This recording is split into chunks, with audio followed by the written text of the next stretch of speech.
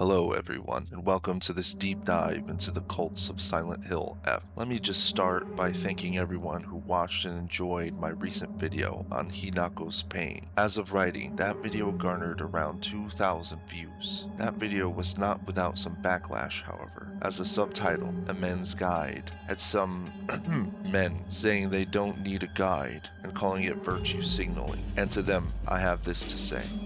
Hando Teki Dansei describes a pattern where men, feeling threatened by shifts in gender equality, overperform dominance, stoicism, or aggression to overcompensate for perceived loss of status. This term is directly tied to the psychological detokan, inferiority feelings.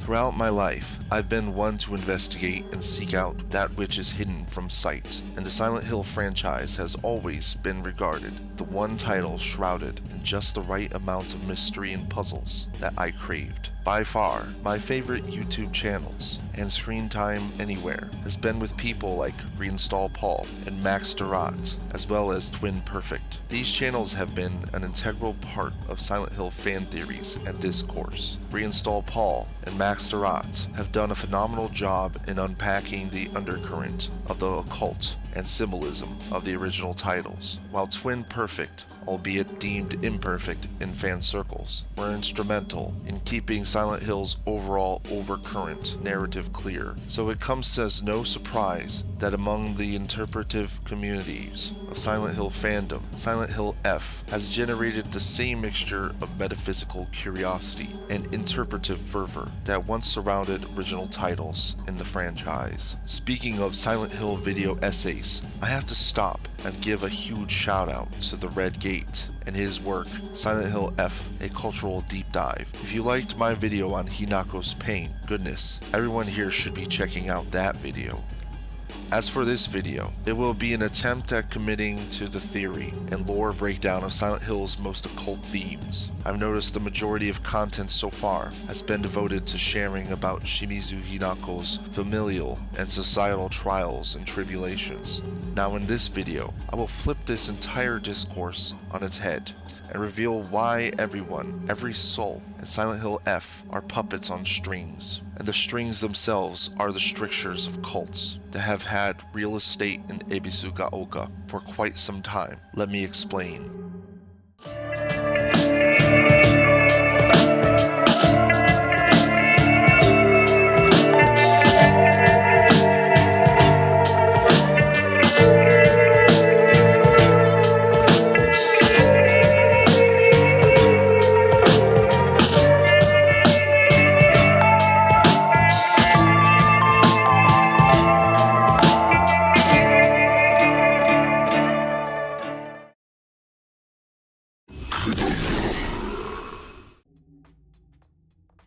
Its surface narrative, a rural Japanese town consumed by traditionalism in the 1960s, peer rivalries, and abuse resulting from both, conceals a more intricate occult framework. Beneath the immediate trappings of dire cultural mores lies the origin of the horror, a ritual conflict between two competing cults, the more prominent and obvious Inari cult, and a long-forgotten Ebisu cult. In fact, this opposition, while never made explicit, underpins the structure of Ebisugaoka's cosmology, and by extension, the symbolic destiny of its protagonist, Shimizu Hinako. If you bear with me, I guarantee what was not clear before will start to look obvious by the end of this video.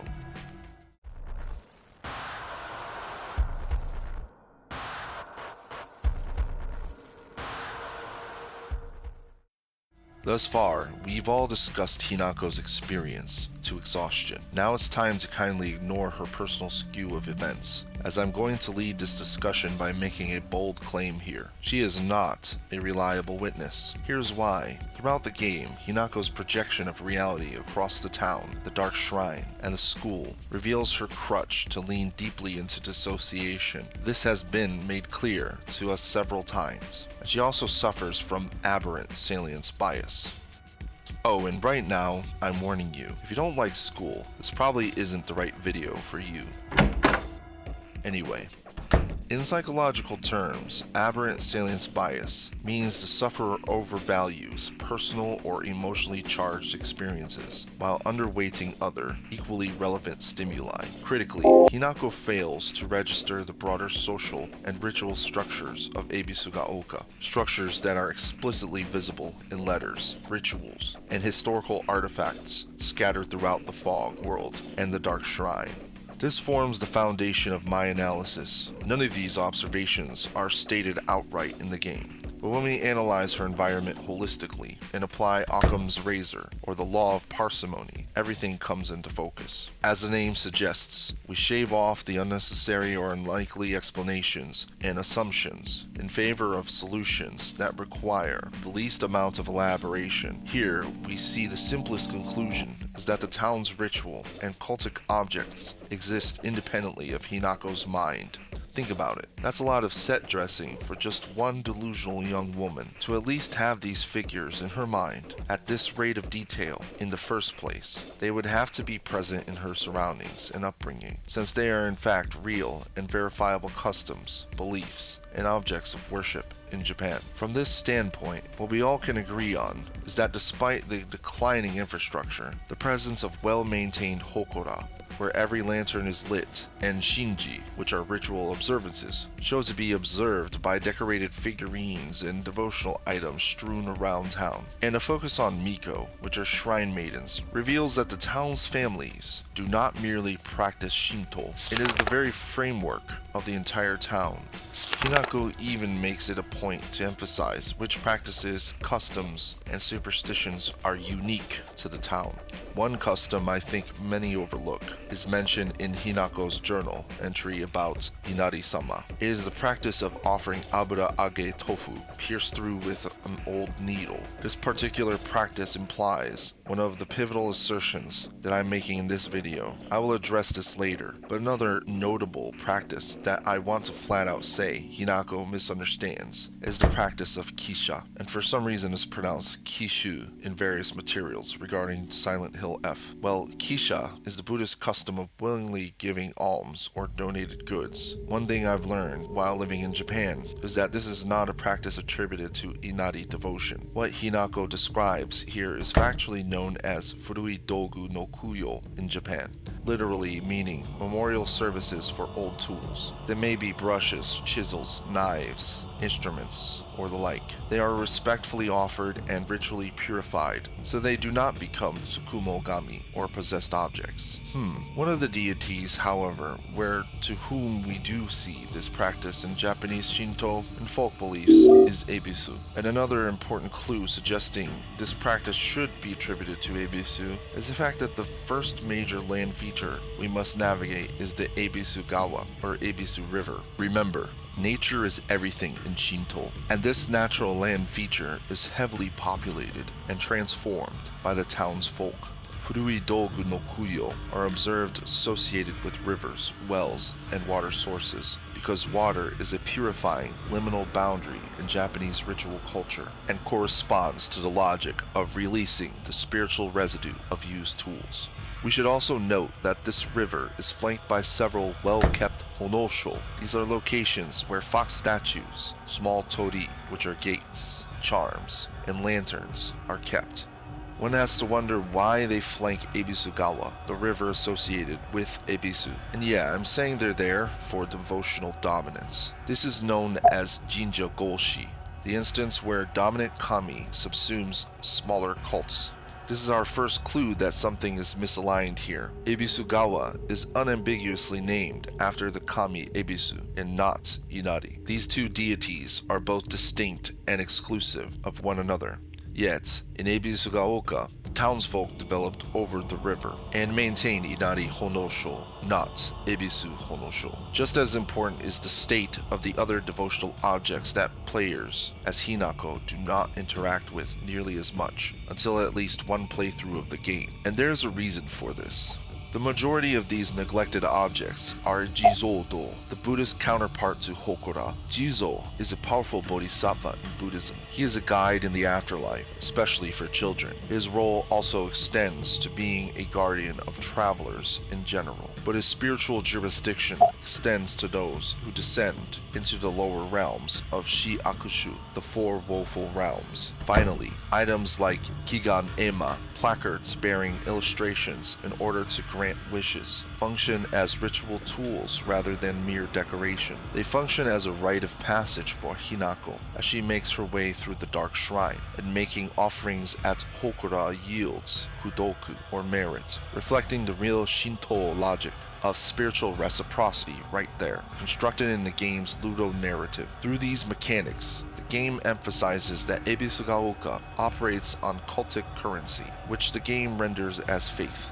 The ubiquity of these aspects of Ebisugaoka are either taken matter-of-factly by Hinako or downplayed by her. Either way, the result is the same. Her perspective on the matter is skewed well away from just how salient the town's cults really are. The thing is, I think it's most likely Hinako is in fact dead, forced to traverse in a liminal space between life and death, but dead nonetheless, or at least unable to return to the land of the living. To make this more approachable to Western viewers, I must hearken to Buddhism, particularly the Bardo Thodo, or Tibetan Book of the Dead. Robert Durman added a subtitle to this book, Liberation Through Understanding in the Between. This was his way of making it clear what liminality is in Buddhism. Japanese Shinto traditions also have this notion, but I think the connection to the Bardo is the best way to understand Hinako's predicament, and why she is repeatedly experiencing her passage through death. According to the Bardo Thodo, after death, one's mind enters a transitional realm where familiar reality dissolves, and the newly deceased must navigate visions of light, terrifying deities, and projections of their own mind in order to achieve liberation or face rebirth. Hinako's repeated cycles, waking in the dark shrine, confronting her fox self, replaying traumatic rituals, mirror this. Her consciousness seems not to rest, but to loop through shifting apparitions, as though she cannot fully pass on. Rather than simply being a victim of psychosis, she's experiencing the Sidpa Bardo, the phase where karmic and spiritual tendencies pull one toward a new incarnation. Her distortions, her inability to wake up in a normal world, and her relentless replay of ritual trauma all align with a being who has died but has not yet crossed into the next life. A soul caught in the in-between, forced to confront her own attachments, fears, and unresolved quarrels until she either attains liberation or returns once more. More evidence of Hinako's death includes the disappearance of Suzutani Mayumi, a missing young woman whose presence is recorded yet partially obscured on a public notice board. In the dark shrine, Mayumi's etched-in inscriptions suggest she is among the dead. Hinako, I argue, was similarly sacrificed, a rare event every 8 years. Her resistance disrupts the established cycles, triggering a literal clash between the town's two deities, Inari and Ebisu. This brings us back to Abura-age tofu pierced with an old needle, aligned with Nenju Gyoji, annual ritual observances. Firstly, Abura-age tofu is known to be the wrapping used in Inari sushi, the famous food associated with foxes, and as the name suggests, Inari, the kami itself. The other observation here is that Abura-age tofu is created by dropping tofu into boiling oil. Through this process, and afterwards, the tofu is flesh-colored. The image of piercing Abura-age tofu invokes an image of piercing flesh. This practice is a commemoration of those being sacrificed. As we know, during Obon, families with girls of an unlucky age in the town also hang lanterns to ward off evil. This is another example of the town's Nenju Gyoji. I say all this because Hinako has to be dead, and there has to be a cult to have overseen her death for any of Silent Hill F's premises to make sense. And while signs pointing to her death are subtle, I think they're pretty resounding nonetheless. And when I play through the game and hear the dialogue play out once more, I feel like when I did back when I rewatched The Sixth Sense, after learning the film's plot twist, that Bruce Willis was a ghost all along. What is it? Why did you leave me?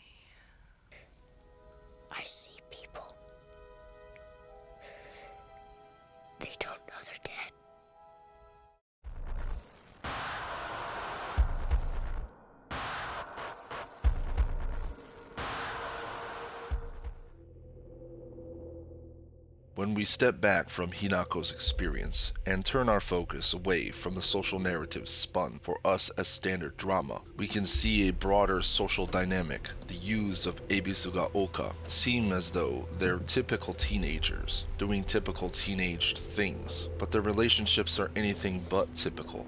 We can see this bear out right away during the first scene between Hinako and her peers. Her conversation with Shu is barely uttered. なんか言ってよ。お前こそなんか言うことはないのかよ。相棒にないんだったら私にだってない。お前らしいや。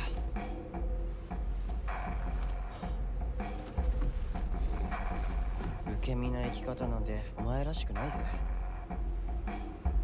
お前が自分で選んだ道なら俺はいつまでも応援するからな。What we can glean from this is that Hinako is in the midst of a major life decision that Shu and seemingly everyone knows about. シュウ君、お待たせ。ひなこもいたんだ。リンコ。何の話をしてたの？いや、大した話は。誰かとおしゃべりしたい気持ちだったんだって。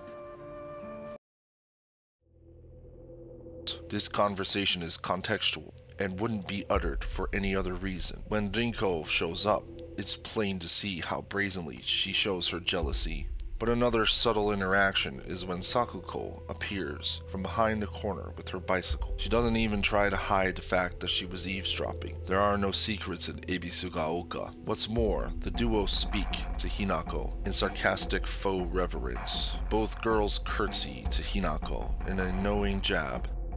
This absolutely is an inside joke to which everyone present understands, but to understand the context behind it, we need to unpack just what is happening in the town of Ebisugaoka. The town's social structure is revealed to operate under shake seido, or hereditary family lineages, with backgrounds in religious cults. And to be clear, this system is not made explicit by the game. We have to discern this through the evidence. Again, Hinako's account of things gets in the way of this. She dissociates from the fact that she herself is a descendant from the line of shake seido. This is known during the so-called true ending, when the Shichibi fox god states, 稀に人里に真意を宿した希少な血を持つ女子が生まれることがある。そのようなものが里に現れるたびに我らは一族の跡取りにそのものを嫁に欲するようまじないをかけた。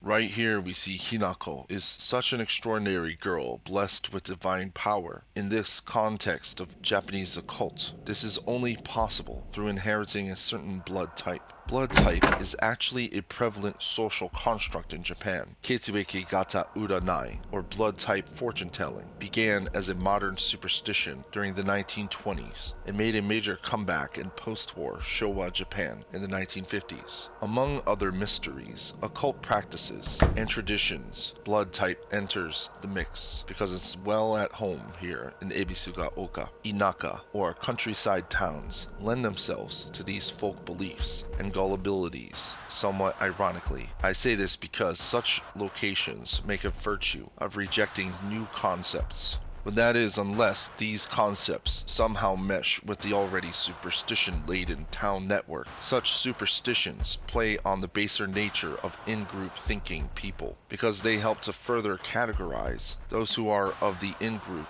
and the out-group, and qualities, such as blood types, are hidden from others until they're made known.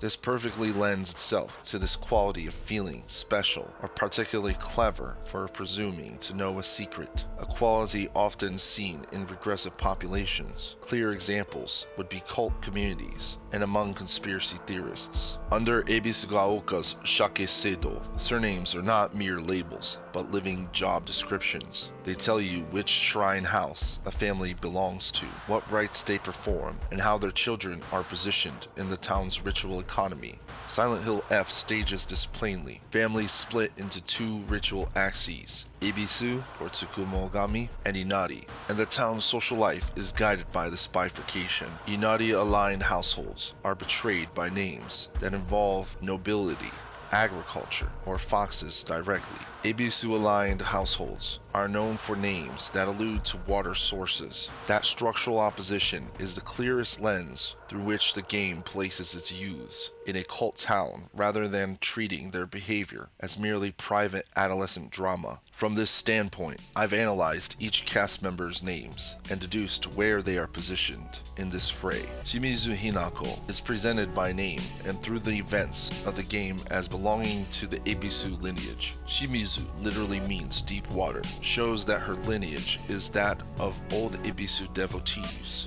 Her father, Kanta, being a fisherman and cook himself, directly ties her to the lineage. No matter how much she hates it, Hinako is actually more like her sister than we thought. She was also born of a so-called unlucky age and destined for sacrifice to the Inari cult. As this, I suspect, was the arrangement made between Inari and Ebisu at some juncture of ceasefire.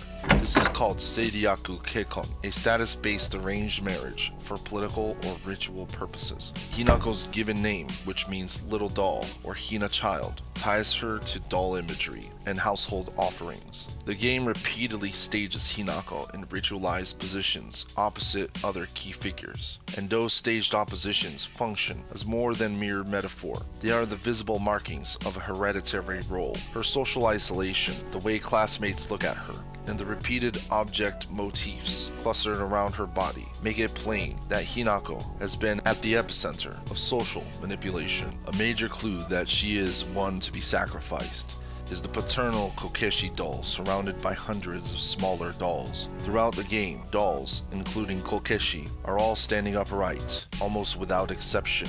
But when we reach this location, the father doll, no doubt representing Kanta, and all the child dolls are lying down. The father doll is damaged, but watches with its eye of expectation. Hinako immediately wants to leave the room, as it serves as a reminder of the role she is expected to play through her lineage. I must point out that the origin of Kokeshi dolls is they served as substitutes for unwanted babies killed after birth, and the characters can be understood as being made up of ko, which means child, and keshi, which means erasing or extinguishing. And this perfectly aligns the Shimizu family household as one that renders its own children as something like Tsukumogami, discarded objects that will haunt them. Iwai's Shu fits into the Ebisu lineage as well, for many reasons. The surname Iwai literally means rock well, and no, I don't mean this rock well. Like I'm in the twilight zone and I always feel like somebody's watching me. His given name, which is Shu, means cultivation, ritual discipline, and this marks him as the trained implement or attendant. Shu's family is that of physicians and herbologists. They're knowledgeable about traditional Chinese medicine, onmyodo, and have a garden of white peonies that we find out are actually hakokuso, thought to have been native to the region, but a letter later reveals they arrived in Japan via a Western Bateren, or Christian missionary, in 1776. Shu uses products from the plants to help Hinako with her stress, and I put help there in quotes. But given the prevalence of so many of the peonies, we in the know understand to be white Claudia, and given we see the same pills Shu produces littered around town, including in other people's homes, I'm more than certain the drug was being consumed by other people, not just Hinako. I think the Iwai family and the Shimizu family go way back, but it's the other families in town that wedge them apart. We might say they're the Inari households. Using onomastic clues, we can see the surnames linked to Inari quite easily. Let's start with Igarashi Sakuko. The name Igarashi signals a lineage historically aligned with Inari worship and imperial agrarian authority, by tracing its mythic origin to a prince of Emperor Suini, who opened new farmland, precisely the kind of foundational act associated with Inari's guardianship of rice and prosperity. Other traditional readings of the name, whether invoking 5 winds and 10 rains as a blessing for stable harvest weather, or referencing Ainu terms for a vantage point overlooking clear mountain streams, all point toward communities bound to fields, seasons, and sacred water sources. In Silent Hill F, these associations place Igarashi Sakuko firmly within an Inari bloodline, a family meant to mediate fertility, blessings, and cultivation. Hinako mentions her family maintained the Senensugi Shrine. I'll have much more to say about this later, but more importantly, Sakuko herself is a Miko, and this puts her in a direct position of lineage and duty. Her tragedy, then, is not simply personal, but cosmological. A child born to be a Miko of a prestigious agricultural line, yet misunderstood and marginalized. Her autism somewhat interpreted as spiritual failure, rather than the intuitive sensitivity her lineage once valued. Her given name, Sakuko, literally means bloom and child. Sadly, she met her end in the fog world by being the one to have Higanbana literally bloom through her body. As the boss, she wields a kanabo, a two-handed war club that she uses like a kagura suzu. The kagura suzu odori is a dance that Miko priestesses famously perform in Japan, but their male counterpart, Geiki, can do this too. Here's a Geiki performing one kagura suzu odori with a kitsune mask.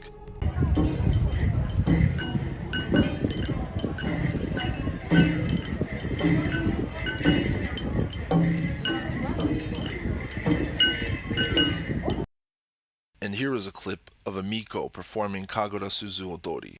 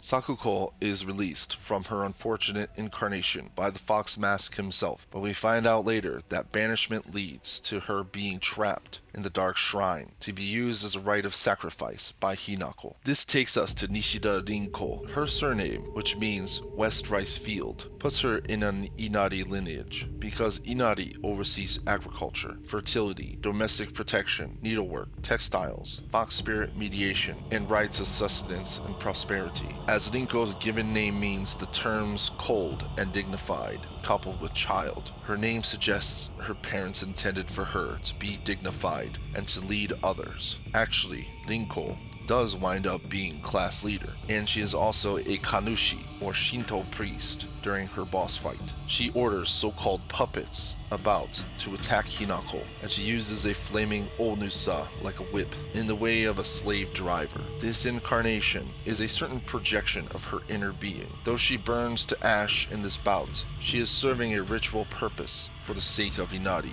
in the end being the one who is puppeteered, needing to be told like Saruman. There is only one Lord of the Ring, and he does not share power.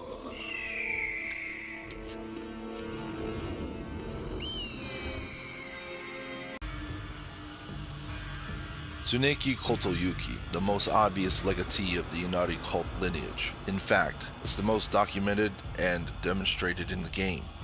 Kotoyuki's given name is itself a code, pointing to his parentage and the expectations placed upon the Tsuneki heir. According to his mother's in-game letter, one character was taken from each parent. The Kotobuki, which means auspicious longevity or ritual blessing, comes from his father's name, Hidetoshi, while Yuki, or fortune, or favored fate, is taken from his mother's name, Sachie. This is more than sentimental naming. In shrine lineage families, selecting kanji from both bloodlines is a classical way to signify the joining of houses and the intended continuity of sacred obligation. By giving their son this name, Kotoyuki's mother was articulating a mandate. Her child would carry the combined authority, purity, and ritual expectation of his ancestral line. His very name is that vow. Yet this all becomes deeply ironic in light of Kotoyuki's childhood trauma and the collapse of his family after surviving a fox attack,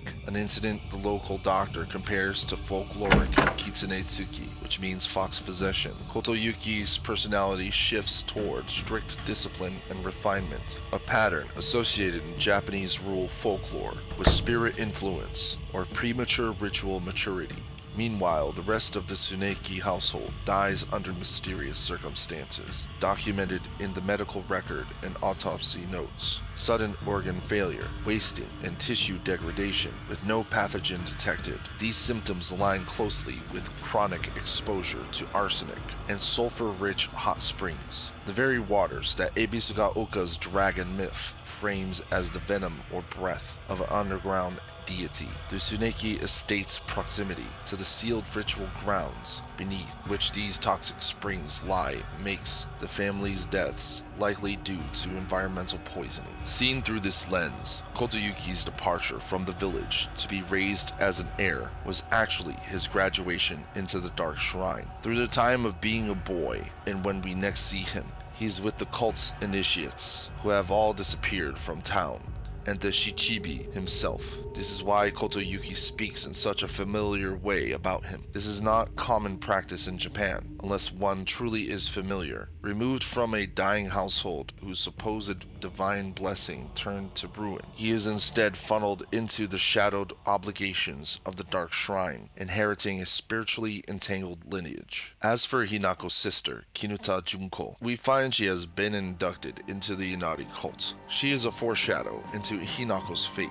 Her married surname, Kinuta, literally combines kinu, which is silk, with ta, or field, marking the Kinuta as a family tied to both refined production and agriculture, traits shared with the Tsuneki, Igarashi, and Nishida lineages within Ebisugaoka's Shake Seido structure, where native Ebisu line families maintain a fragile balance with the Inari-aligned houses through strategic marriage. Junko's position becomes clear. Born under an unlucky year and selected for the same sacrificial rite that later targets Hinako, she fulfills her clan's obligation in upholding the ceasefire between their patron Kami. Her disappearance from the Shimizu household reflects the completion of this duty, making her a narrative and structural precursor to Hinako within the village's system of inherited ritual responsibility. This brings me back to the terms I mentioned in the video Hinako's Pain, Atotsugi, which means succession, and Hoshi, which means service. Since the Shimizu family descend from a strong line of Ebisu devotees, they are deeply devout and thus deranged by Inari's influence in the town.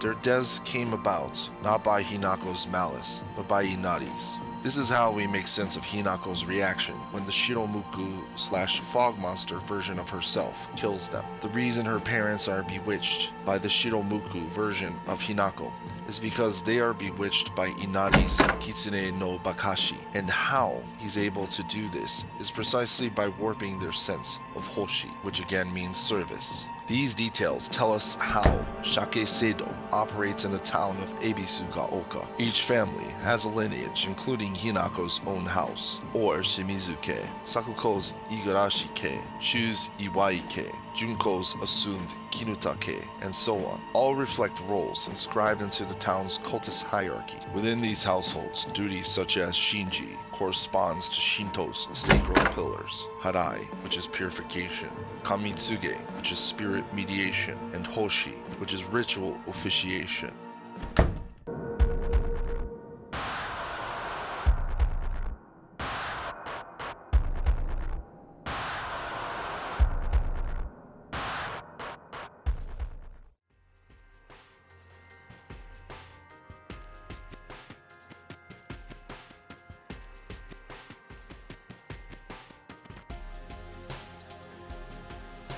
So far, we've covered how lineages work in Ebisugaoka. Now it's time to unpack how these cults function in the same liminal space between the living and the dead that Hinako traverses through her journey. To begin with, I should also mention many of the monsters Hinako faces are not random enemies, but either ritual instruments or gatekeeping projections, aligned with Ebisu or Tsukumogami if you like. They are shown to be invaders that Hinako must dispatch when she goes through the final rituals to attain the fox form, and when she eventually assumes the role of the fully fledged fog monster. When we take stock of what's actually happening and how these monsters interact, their roles become clear. We begin to realize that Tsukumogami, God, is fielding an army to siege the Dark Shrine. Kashimashi appear as stitched, doll-like or mannequin women with grotesque wounds and knife attacks, evoking the violent fragmentation of feminine identity, but also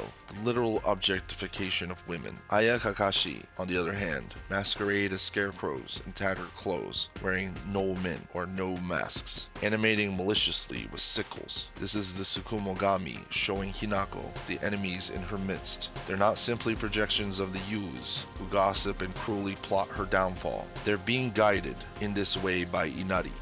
Harai Katashiro is literally a purification effigy with mannequin limbs and blade-like legs. A doll used in exorcistic rites has been turned into a warped soldier, while in the Dark Shrine it's not so much as they are its sentries, but more like invaders on watch to suppress Inari's forces from regaining control.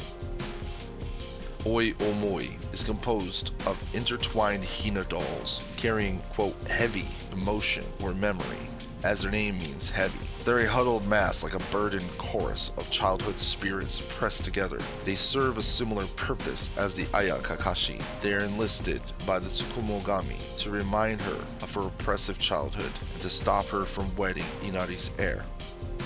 As for the birthing monster, it resonates on multiple symbolic levels, linking Hinako's personal fears of childbirth to the myth of Ebisu's birth. Its grotesque, swollen form, constantly producing smaller, malformed offspring, mirrors Hinako's own aversion to motherhood, while simultaneously invoking the tale of Ebisu as Hiruko, the deformed, unwanted child cast into the sea at birth. Like Hiruko, the birthing monster embodies both physical deformity and the burden of life imposed upon the unwanted, connecting Hinako's personal dread with the village's layered folklore. Its appearance as a chaotic, reproductive vessel evokes the unsettling tension of creation against resistance, showing how the Tsukumogami uses her fears and inherited myths as both literal and figurative instruments in their ongoing war. Through this, the game visually and narratively links Hinako's trauma to Ebisu's ancient story, making the birthing monster a dark echo of cultural memory as much as a battlefield adversary.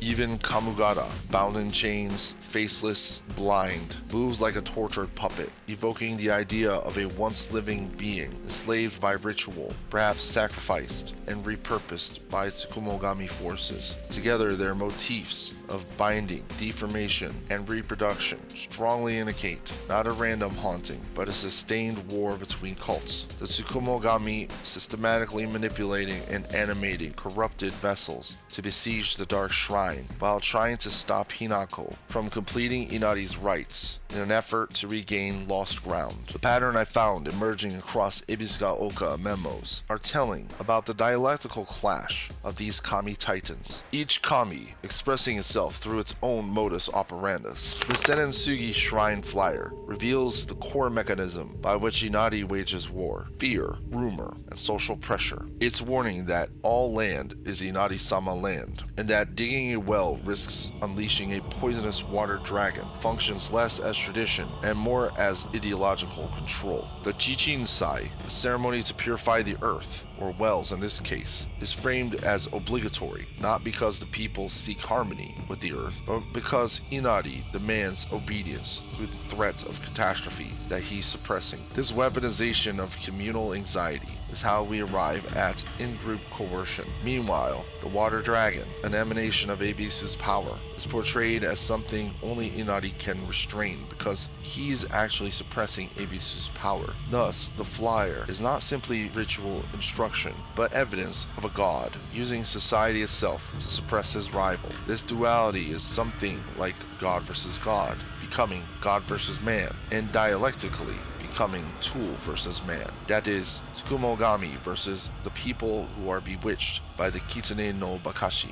In contrast, the memo, Serious Issues in Ebisugaoka, shows Ebisu's hand emerging through natural upheaval. The memo documents a high number of small earthquakes, beginning in May, precisely the kind of subtle environmental disquiet associated with a neglected Tsukumogami tradition. It is also an earlier dated memo, more than suggesting these quakes coincide with either Hinako's birth or coming of age. These tremors are not framed as divine intervention by officials, yet their timing corresponds with heightened social tension around Inari's authority, where Inari's power flows through gossip and group compliance.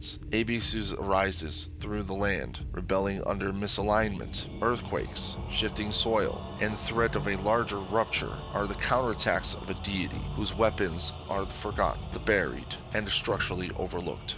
The brutality described in the memo, titled A Farmer's Story, illustrates how Inari's punishments are mediated through gossip and conniving rather than divine nature. The soldiers who desecrate the Inari statue do not merely die, they become material for a myth circulated by the townspeople, reinforcing a culture of surveillance and fear. And I hope by now most of us know how stoking fear easily becomes a seedbed of control. The ability to control people by their baser instincts, their inclination toward aversion, prejudice, suppression, and even brutality. Their bodies being filled with decomposing rats, birds, frogs, and snakes are treated as cautionary tale to the in-group that they better toe the line. The horror is transmuted into a tool of social conformity. This is how Inari maintains dominance, by embedding terror into the collective psyche, turning every villager into an enforcer and every anecdote into doctrine. The doctor's note titled Undetermined Cause of Death Case 9 reads less like an act of spontaneous natural corruption and more like a staged punishment carried out by people acting in Inari's name. The memo emphasizes that the victim was suspected of blaspheming against Inari faith, and that such inexplicable corpses are quietly handed over to police and disposed of without public inquiry.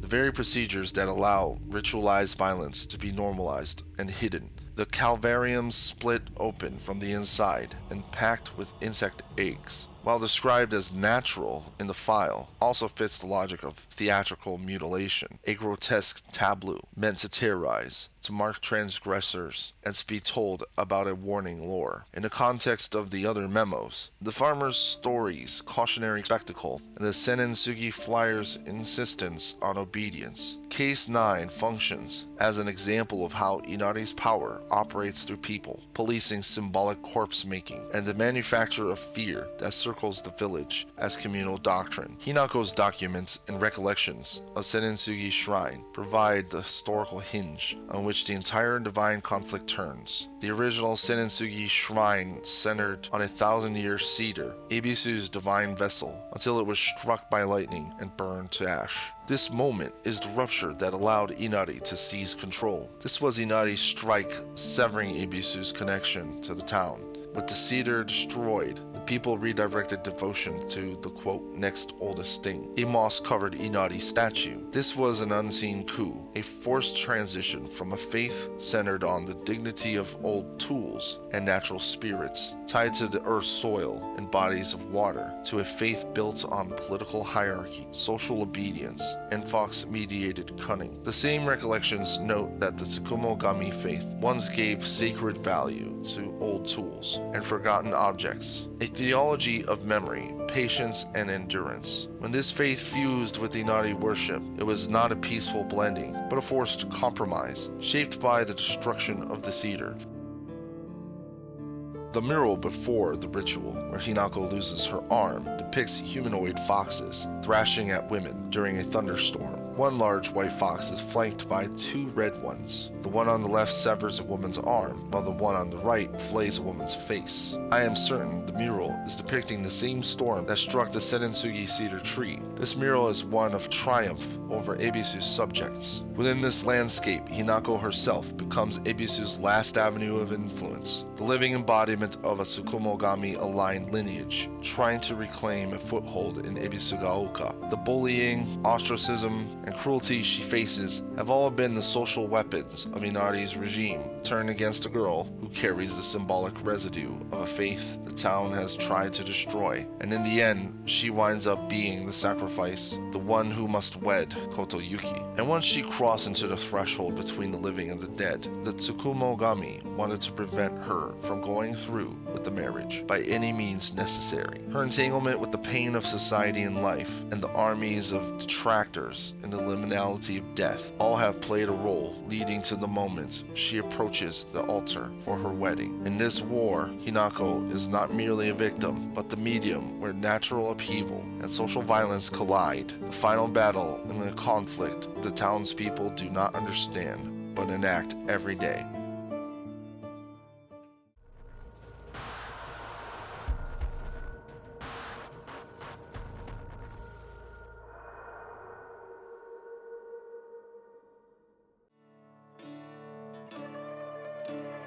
And there we have it, the hidden lattice of Ebisugaoka finally laid bare. Across the chapters of this exploration, we've seen the town for what it truly is. In Chapter 1, we uncovered the omnipresence of cultic subcultures, from Ebisugawa to Hokora and Jizodo, and revealed how Hinako's perspective obscures the reality of ritual and devotion surrounding her. Chapter 2 shifted focus to lineage, obligations, and the Shake Seido, showing how families like the Shimizu, Iwai, and Igarashi households are living vessels of inherited ritual duty, bound by blood and social expectation.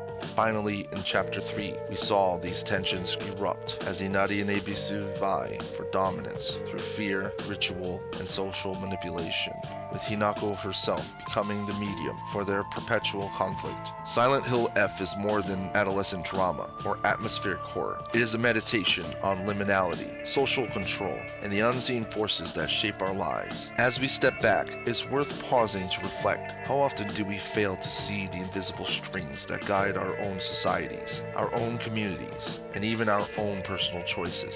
How many of our so-called free actions are in fact the echoes of rituals, customs, or inherited systems we barely notice? And how often, in this highly technological age, do we use or abuse our belongings without any thought for gratitude?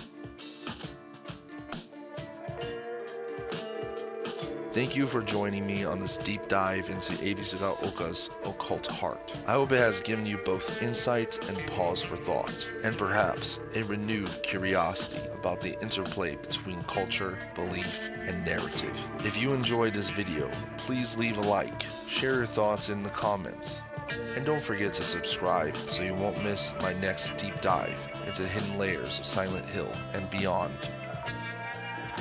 Wishing you all well, may you find your way through the fall.